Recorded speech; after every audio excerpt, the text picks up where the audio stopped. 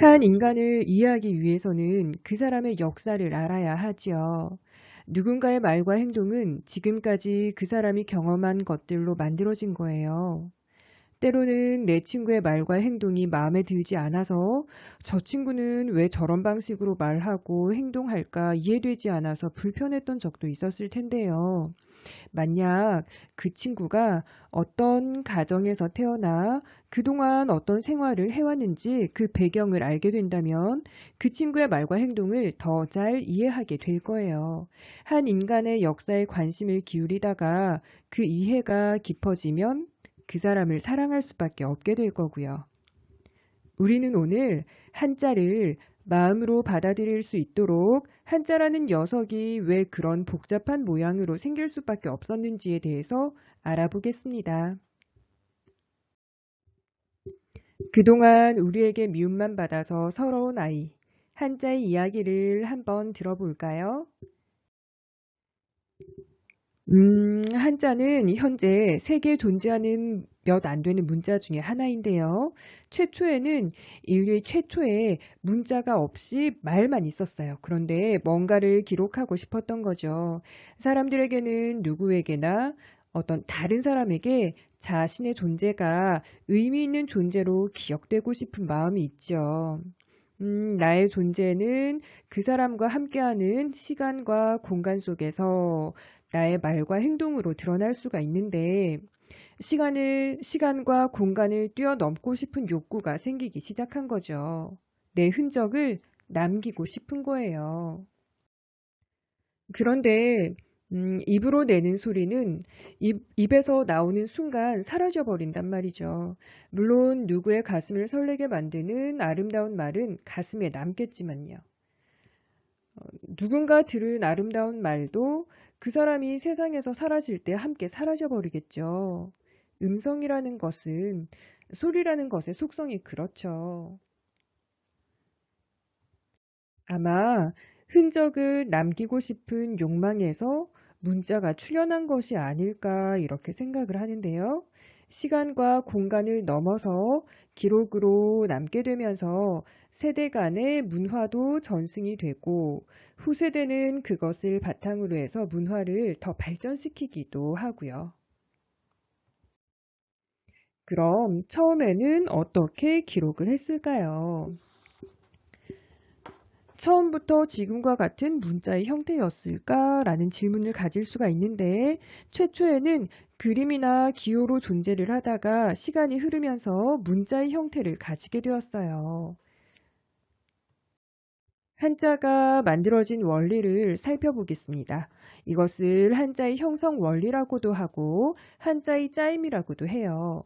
1학년 때 상형, 지사, 회의, 형성이라는 좀 어려운 말로 배우기도 했죠. 좀 더 쉽고 간략하게 정리를 해볼게요. 먼저 한자가 만들어진 초기에는 아주 간단하게 생각을 할게요. 간단하게 뭔가를 표현은 하고 싶은데 문자가 없던 당시에 눈에 보이는 것은 그림을 그려서 표현을 했고 눈에 보이지 않는 것은 눈에 보이지 않는다는 말은 추상적인 뜻이나 생각은 점이나 선으로 나타냈어요.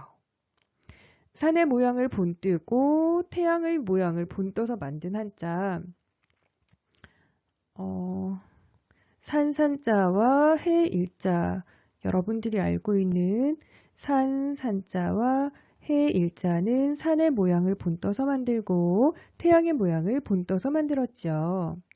이게 1번 눈에 보이는 건 그림으로 나타내었다 여기에 해당이 되고 어, 눈에 보이지 않는 것 예를 들면 어떤 기준보다 위에 있다. 어떤 기준보다 아래에 있다. 이런 그 눈에 보이지 않는 추상적인 뜻이나 생각을 나타낸 한자 아이쿠, 위, 윗상자 음? 위상자와 아래 하자가 여기에 해당을 합니다. 그런데 이것만 가지고는 내가 나타내고 싶은 것들을 모두 나타내진 못했어요. 시간이 흐르면서 새로운 사물들도 나타나고 새로운 개념들도 나타나서 표현해야 할 것들은 점점 많아지는데 계속해서 새로운 형태의 문자를 창작해내기가 버거웠던 거죠. 그래서 새로운 문자를 만들기로 했죠. 그런데 더 이상 완전한 창작은 힘든데 이번엔 어떤 방법으로 만들지? 라고 고민을 하다가 이미 만들어진 글자들, 간단하고 단순한 형태의 기호들을 합쳐서 새로운 뜻과 새로운 의미를 가진 한자로 삼기로 합니다. 이미 만들어 놓은 글자들을 합칠 때 둘 다 뜻과 뜻을 모아서 새로운 뜻을 가진 한자로 만들기도 하고 한쪽은 뜻을 나타내고 다른 쪽은 음을 나타내도록 해서 새로운 한자를 만들기도 했어요. 그런데 구분이 명확하지 않는 경우도 있어요. 자, 기존의 한자를 합쳐서 새로운 한자를 만든다는 게 어떤 건지 한번 볼게요. 남자를 의미하는 글자를 만들어야겠는데 새롭게 어떤 모양으로 만들까라고 고민을 하다가 여기에 있는 밭 전자와 힘 역자 이렇게 두 글자를 합해서 밭에서 힘쓰는 사람, 남자를 의미하는 새로운 글자를 만들게 된 거예요.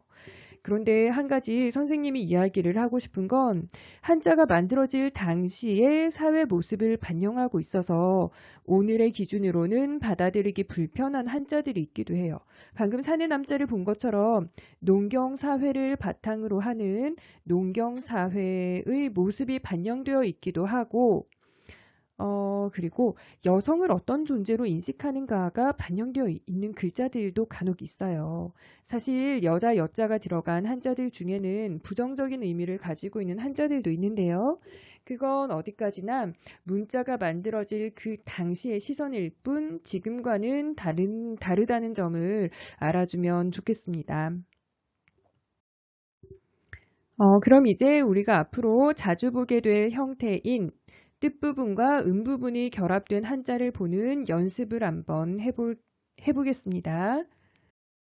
자, 이렇게 새 한자는 사물의 모양을 본떠서 만든 한자예요.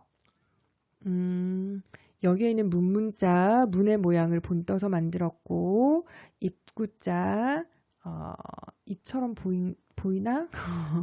입의 모양을 본떠서 만들었고, 입이야. 입 벌리고 있는 거.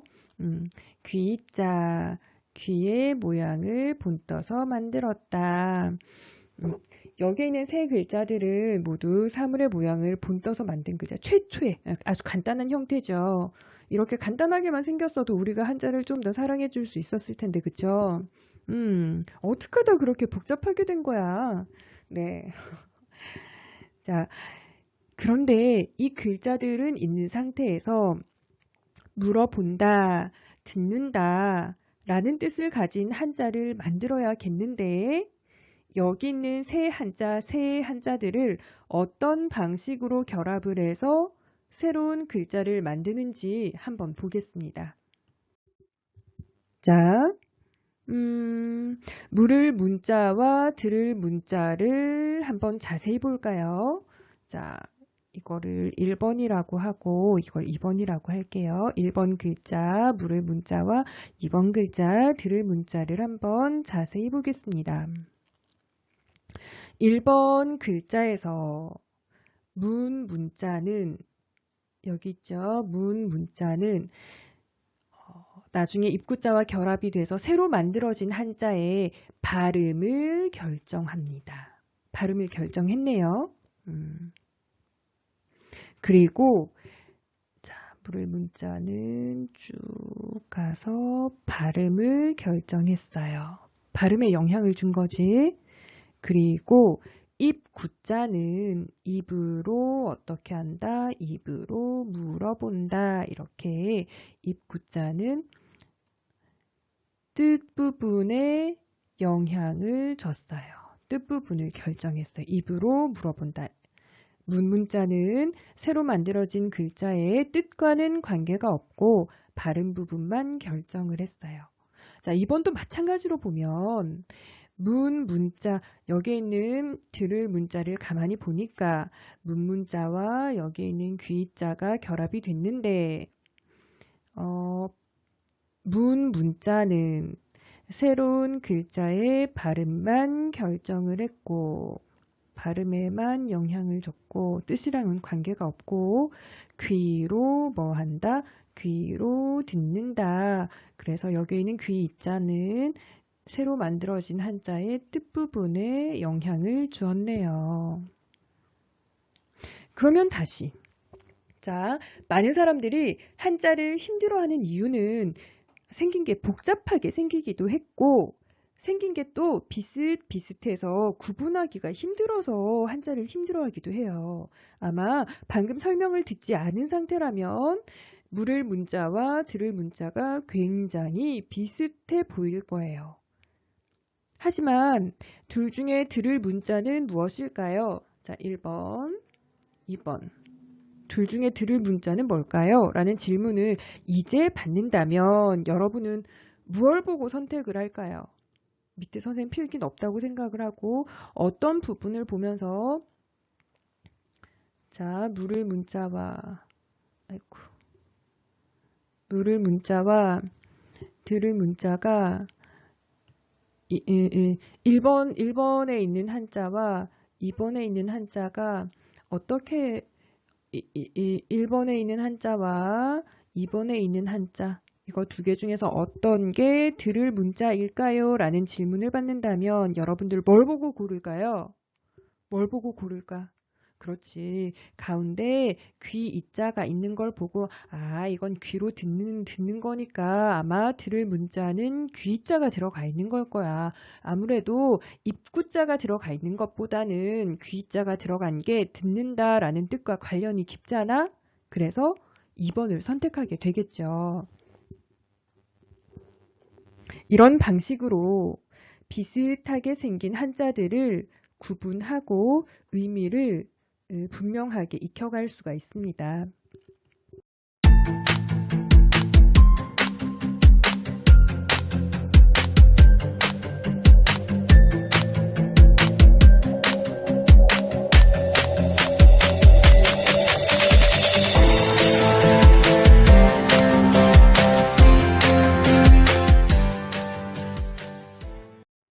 자, 이번에는 이미 만들어진 한자를 거꾸로 분석해 보는 연습을 한번 해보겠습니다. 다음 세 글자의 공통점은 무엇일까요? 여기에 있는 세 글자의 공통점은 무엇일까요?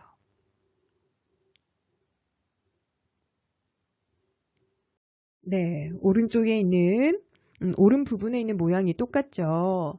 자, 여기에 있는 이 부분이 똑같은 부분이 들어가 있구나. 그래서 사실 이 세 글자는 전부 다 발음이 청이라고 난다. 왜냐하면 오른쪽에 있는 글자가 풀을 청이거든. 그래서 이 세 글자는 전부 다 발음이 청 이렇게 날 거예요. 발음이 똑같이 청이라고 날 거다. 그렇다면 오른쪽에 있는 풀을 청자가 발음을 결정했다면 뜻은 1번 한자, 2번 한자, 3번 한자가 있을 때 1번, 2번, 3번 한자의 뜻은 누가 결정을 하게 될까요? 네, 바로 왼쪽에 있는 글자들이 뜻을 결정하게 될 거예요. 1번 왼쪽에 있는 글자는 점 3개 이렇게 찍혀 생겼네. 자, 2번 한자 왼쪽에 있는 글자는 이거 해일자잖아요. 해일. 해일자가 들어가 있다면 아마도 해와 관련이 있겠네. 마지막에 있는 건 왼쪽에 있는 글자가 말씀 언자다. 그럼 뭐랑 관계가 있을까요? 말하는 거, 말과 관계가 있겠네 라고 생각을 하는 거죠. 그런데 여기 앞에 점 3개 있는 건 뭐지? 이렇게 생긴 한자도 있나요? 한자 같지도 않은데 이건 뭐지?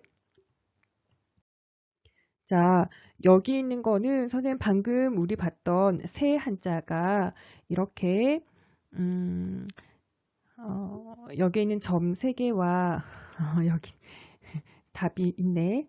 점 3개와 풀을 청이 결합이 됐다라는 거. 해일자와 풀을 청자, 말씀원 자와 풀을 청자가 결합이 됐다는 거를 나타내기 위해서 이렇게 분석을 해뒀는데, 그런데 뭔가 좀 이상한 부분이 있어요. 여기 이거 점 3개인데 왜 물숫자를 써뒀을까요? 점 3개인데 선생님이 왜 물숫자를 저게 써뒀을까? 자, 이걸 설명하기 위해서는 선생님이 그 부수의 변형이라는 거를 좀 이야기를 해줘야 될 것 같아요.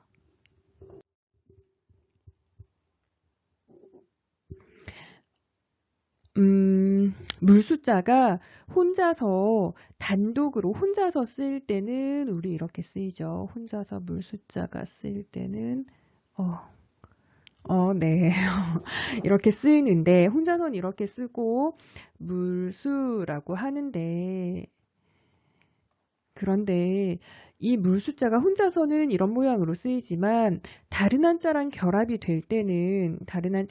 돼서 새로운 한자가 만들어지는 새로운 한자의 어떤 한 부분으로 들어갈 때는 한자의 전체적인 균형을 생각해서 짝꿍이 되는 한자한테 자리를 내주려고 부수와 획수를 간략하게 하는 경우가 있어요.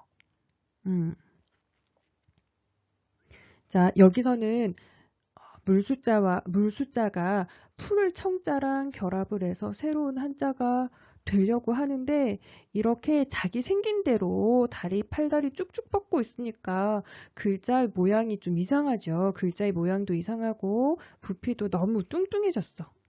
그래서 물숫자가 다른 한자와 결합을 할 때는 이렇게 점 3개, 삼수변이라는 이름으로 점 3개의 모양으로 변신을 해서 오른쪽에 있는 풀을 청자와 결합을 해서 새로운 한자가 만들어지게 된다. 그러면 좀 글자의 균형이 적당해 보이죠? 글자의 균형을 생각해서 다른 글자와 결합을 해서 새로운 한자로 변신을 할 때는 글자의 전체적인 균형을 맞추기 위해서 그러니까 글자의 획수나 모양을 간략하게 바꾼다. 이것을 부수의 변형이라고 한다. 그런데 선생님, 부수라는 말을 들어본 적이 있긴 한데요. 정확하게 뭘 부수라고 하는지 모르겠어요. 하는 친구들도 있죠. 수업 시간에 아마 한문 시간에 부수란 단어를 많이 들어보긴 했는데 무엇을 부수라고 하는지 정확한 개념을 모르고 넘어온 친구들이 아마 있을 거예요. 선생님이 설명을 해줄게요. 자, 여기서 잠깐 부수라는 개념도 함께 알아보자면 한자를 모두 만들고 나서 필요할 때마다 한자의 음과 뜻도 확인하고 내가 원하는 한자의 모양도 확인하려고 한자리에 모아놓고 보니까 공통된 모양이 들어간 한자들이 있더라고요. 그래서 남자는 남자끼리 여자는 여자끼리 따로 모으는 것처럼 안경 쓴 사람 안 쓴 사람 따로 모으는 것처럼 공통된 요소가 있는 글자들끼리 모아봤어요. 모으고 나서 그 글자들의 공통된 부분을 이름을 부수라고 붙여줬어요. 왜 하필 이름이 부수냐면 조금 전에 공통된 요소를 가진 한자들을 모았다고 했죠. 이때 모임. 여기 그 아래쪽에 있는 한자를 보면 왼쪽에 전부 삼수변이 공통적으로 들어가 있습니다. 공통된 부분이 있죠. 공통된 부분이 있고 얘네들을 전부 모아서 하나의 그룹을 만든 거야. 색깔이 좀 안 보이나? 얘네들을 전부 모아서 하나의 그룹을 만들었다. 그룹. 다른 말로 무리. 앞에 삼수변 있는 애들 다 모여 해서 여기 다 모아놨어. 얘네들보다 실제로는 더 많겠죠. 공통된 모양이 있는 아이들끼리 다 모았어. 아마 이런 그룹들이 굉장히 많이 있을 거예요. 얘네들 말고도 뭐 해일자가 들어가 있는 한자들끼리 모인다거나 손숫자, 제방변, 손숫자가 들어간 한자들끼리 모인다거나 이런 그룹들이 아마 굉장히 많을 거야. 그리고 나서 이 무리의 공통된 부분, 이 무리 얘네들의 공통된 부분을 대장으로 뽑은 거지. 대장. 무리의 대장. 대표. 우두머리. 공통점을 뽑아서 우두머리로 뽑았어. 그래서 여기 한자 중에 무리를 나타내는 한자 중에 어떤 한자가 있냐면 때 부자가 있습니다. 때, 뭐 개미 때 이렇게 할 때 무리를 나타내는 한자 중에 때 부자가 있고 우두머리에서 머리 숫자 우두머리란 뜻에서 머리 숫자가 있고 무리 때 부자가 있어. 한자 중에 때 부. 때 부자와 머리 숫자를 써서 부수라고 나타냅니다. 부수가 뭔지 알겠어? 한자들 다 만들고 나서 쭉 펼쳐놓고 보니까 너무 많아서 정리를 하려고 공통된 부분이 있는 한자들끼리 모았어. 하나의 무리를 만든 거지. 이 무리에 대장을 뽑은 거야. 대표를 뽑은 거야. 우두머리. 대표를 뽑은 거야. 그래서 그 대표의 이름을 부수라고 합니다. 그룹장들이지. 모둠장.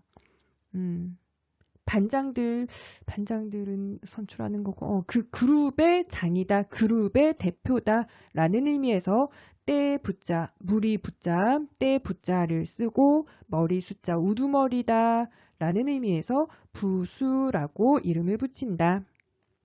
자, 그럼 다시 돌아가서 마지막으로 한번 이 글자들 가지고 정리를 해볼게요. 오른쪽에 있는 푸를 청이라는 글자는 새로 만들어진 글자의 발음을 결정했어요. 전부 다 발음이 똑같이 청 이렇게 나옵니다. 왼쪽에 있는 글자들은 새로 만들어진 글자의 뜻 부분을 결정하게 됐어요. 자, 이거는 물 숫자인데 물이 맑다. 이거 색깔 좀 마음이 급하더라도 선생님 다른 색깔로 해볼게. 네. 자, 왼쪽에 있는 부분은 뜻을 결정한다 라는 의미에서 물 숫자는 물이 맑다 라는 뜻을 결정을 했고요. 해일, 해가 날씨, 해 쨍쨍 비가 오다가 날씨가 개는 거를 갠다란 뜻에서 개일청 쓰는데 여기에는 이제 해가 쨍쨍해진다라는 의미에서 개일청은 왼쪽에 해일자가 들어가고 말씀원자 말로 조심스럽게 다른 사람에게 부탁을 한다라는 의미에서 왼쪽에 말씀원자가 있습니다. 그러면 이제 우리 여기에 있는 한자들 세 개를 보면 비슷하게 생겼지만 왼쪽에 있는 물 숫자, 물이 맑다. 왼쪽에 있는 해일자, 해가 쨍쨍해진다. 날씨가 갠다. 개일청자, 말씀원자가 들어가서 말로 조심스럽게 부탁한다. 부탁할 청자가 된다. 라는 거 세 가지를 분명하게 구분을 할 수가 있게 됐죠. 한자들 중에서 많은 수의 한자가 방금 본 것처럼 한쪽은 뜻을 나타내고 다른 쪽은 발음을 나타내는 경우가 많기 때문에 기본적인 한자들, 간단한 모양의 한자들 몇 개만 알아두면 처음 보는 한자라도 음과 뜻을 대략 유추할 수 있게 됩니다. 네, 여러분 어땠나요? 한자라는 녀석이 성격이 이상해서 막 어렵고 복잡하게 생긴 게 아니고 알고 보면 일정한 원리를 가지고 만들어졌기 때문에 당황하지 않으면 음과 뜻을 알 수 있습니다. 예측하는 게 충분히 가능해요. 처음 본 한자라도 여러분들이 한자를 바라보는 시선이 조금 따뜻해졌으면 좋겠어요. 한자는 여러분의 사랑을 기다리고 있답니다. 자, 수학 문제를 풀 때 문제의 지문 안에 답에 대한 힌트가 있듯이 한자도 글자의 모양 안에 힌트가 있어요. 그래서 처음 보는 한자라도 음과 뜻을 유추할 수 있는 능력을 키워주는 수업을 우리 1년 동안 할 거예요. 그래서 의외의 곳에서 처음 본 한자를 만나더라도 당황하지 않게 해줄 거예요.